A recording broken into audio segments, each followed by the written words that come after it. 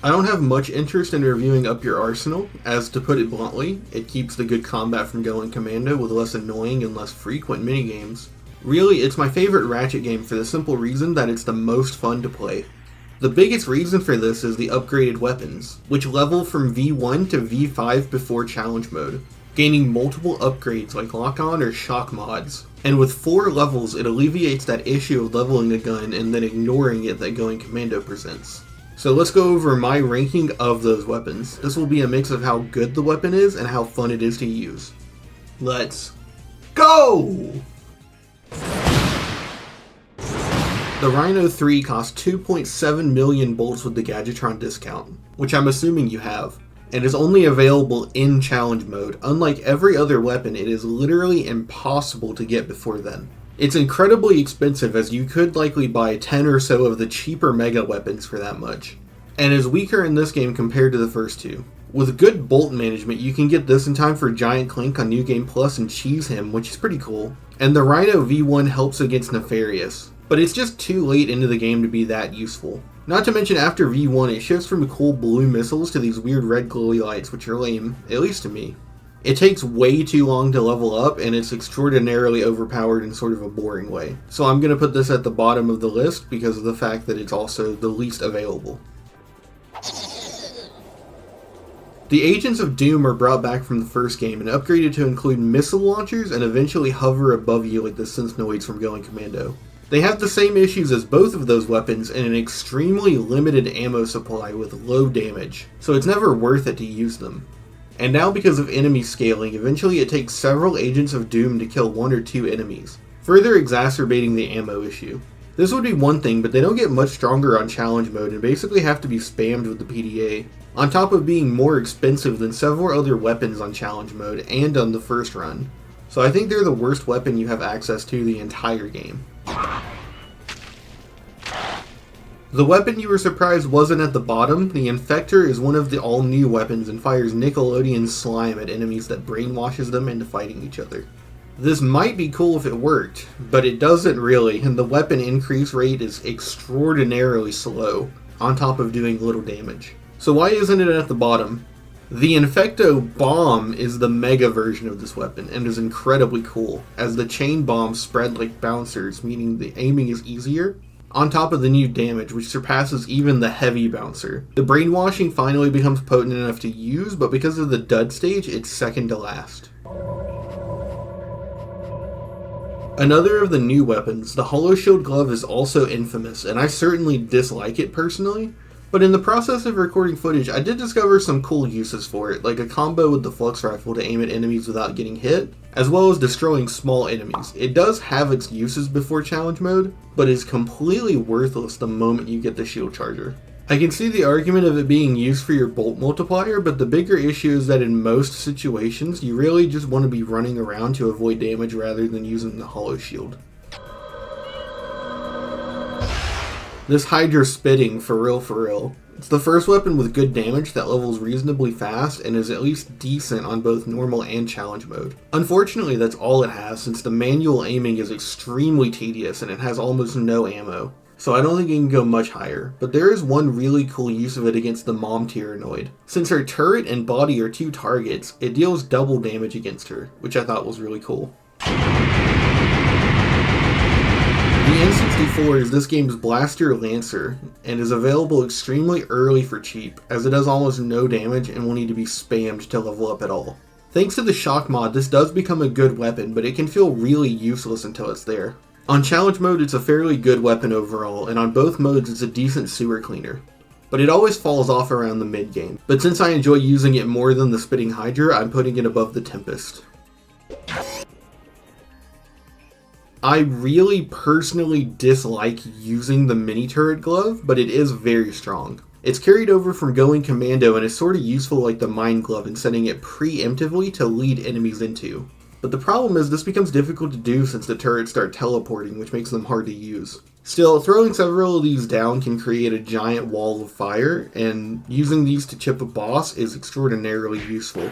They're consistently strong throughout the game. Another detail that makes this a lot better than something like the Agents of Doom or Holoshield Glove is that it's free because of the Going Commando save file.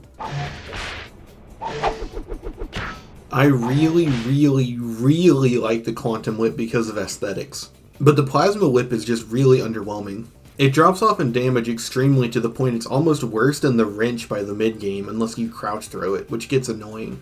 And unlike the Walloper, you get no invincibility frames, meaning you take more risk for less reward. Still, it's decent for the sewers and almost always works for clearing waves of small enemies, and it's flat out great on challenge mode. I won't be considering the speedrun use of this, but it is funny the insane speed tech you can do with the Plasma Whip.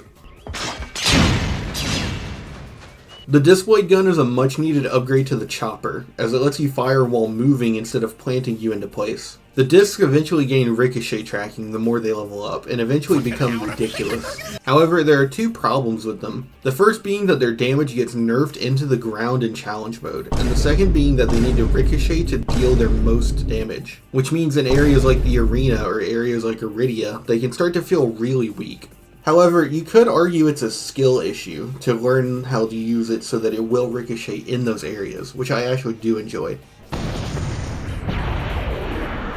The mini nuke is back and completely free again, and starts off the game dealing good damage. Unfortunately, it levels slowly and has a crazy low ammo count, which means it'll likely take until the point where it isn't one-shotting things to actually max it out. This is more than made up for with it being one of the strongest weapons available to you on challenge mode, and extremely versatile since it works well on small enemy clusters, normal enemies, and bosses. The only problem for me is that the lock-on mod seems to get really funky when you try to use it and overshoots the eruptor by like a million miles.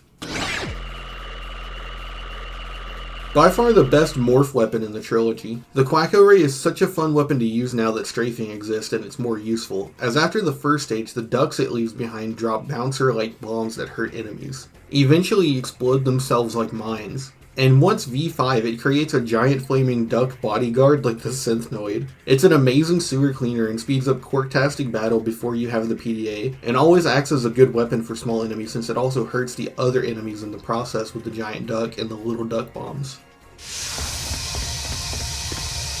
Going Commando's Lava Gun was the successor to the Pyrocitor and was perfectly translated to compensate for strafing existing. Since the original flamethrower would be less useful, the stream of ooze is now able to be propelled while strafing, or spun wildly as a pressure tool, making it super fun to use. Unlike the Meteor Gun, which does slightly change how the Lava Gun is used, the Liquid Nitrogen Gun maintains the fun spray and pray nature of the weapon and stun locks enemies, making it a great tool against small enemy clusters and decent for when surrounded or in very close quarters.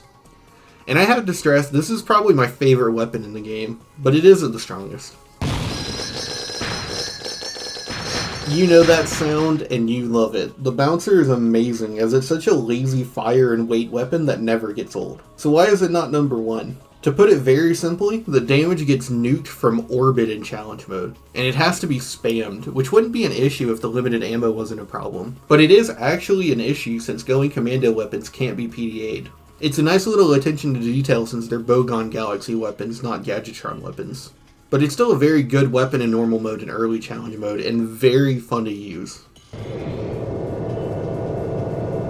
Now that ammo management isn't that much of a real concern, the Suck Cannon sounds like it would lose its value, but the buffs it got made up for that. The ammo chamber is very big from the start, the aiming is more precise and it can be used to snipe, and its suction is stronger and wider ranged. It's distinctly great for early game bosses like Gary and Helen and the Mom Tyhranoid, and in challenge mode it deals some of the craziest damage in the game. But getting ammo can be a little bit tedious. Thankfully, if you think getting Suck Cannon ammo is tedious, you can just use the Annihilator, this game's mini rocket tube. It works virtually identical to the Suck Cannon, but with auto tracking and ammo instead of the Suck feature. It's way stronger on normal mode than the Suck Cannon and slightly weaker on challenge mode. This thing invalidates bosses and helps in some of the tougher levels, and is available surprisingly early on Tyhranossis. Eventually it gains a bouncer-like mod just because everything in this game has a bouncer mod for some reason. The Flux Rifle is the strongest not broken weapon in the game. It deals considerable damage when you first get it on a Quados, and when you aim it, the damage increases significantly. There are too many examples to list, but the true strength of the weapon is in learning the level layouts from replaying them all the time, and knowing where enemies are to get in advance. Or you can use it in combo with the Holoshield and Shield Charger, and it's useful for bosses like the Bio-Obliterator. It even levels up extraordinarily quickly, as even if you only use it maybe once or twice a level, it'll still get all the way to V5 before Nefarious. It levels very quickly for how strong it is. Really, the only reason this weapon isn't number 1 is that you have to try when you're using it. Ranking the Shield Charger is very weird to me since it's terrible as a weapon, but realistically it's the armor upgrade in between the Green and Inferno armors. And it's almost necessary for challenge mode until you have movement down in this game. It also allows Flux Rifle cheese, and the Tesla Barrier becomes the best weapon for dealing with small enemies since you don't even need to attack them when they get close. But there are still better weapons that you don't even have to put any effort into whatsoever. That's why they're higher. The Ratchet Clank Rift Apart Inducer is a cheese weapon. Like, as long as the enemy can be sucked up at all, setting it down and waiting is so overpowered that it becomes boring. It would be boring if it weren't for how entertaining they make seeing the little guys get sucked up and go stiff is. The other downside to this weapon is that it's tied to the camera, which makes this very difficult to use in areas like Annihilation Nation. But that's really the only thing holding this weapon back. Now, whether this shocked you or not, pretty bluntly just depends on whether or not you know. The Shock Blaster levels quickly, has tons of ammo, and is good early. Whereas the Shock Cannon is one of the craziest weapons in the game, as the Death Beam can be swerved, which causes this. With the PDA, this is one of the strongest weapons in the game in challenge mode. And the only reason it's number 2 is due to needing to spam the PDA and needing to sometimes clean off enemies that survive the beam due to camera shenanigans, like the Rift Inducer. Yeah, pretty nuts. What are your favorite weapons from this game? Did I underrate any really strong weapons? Let me know. Bye.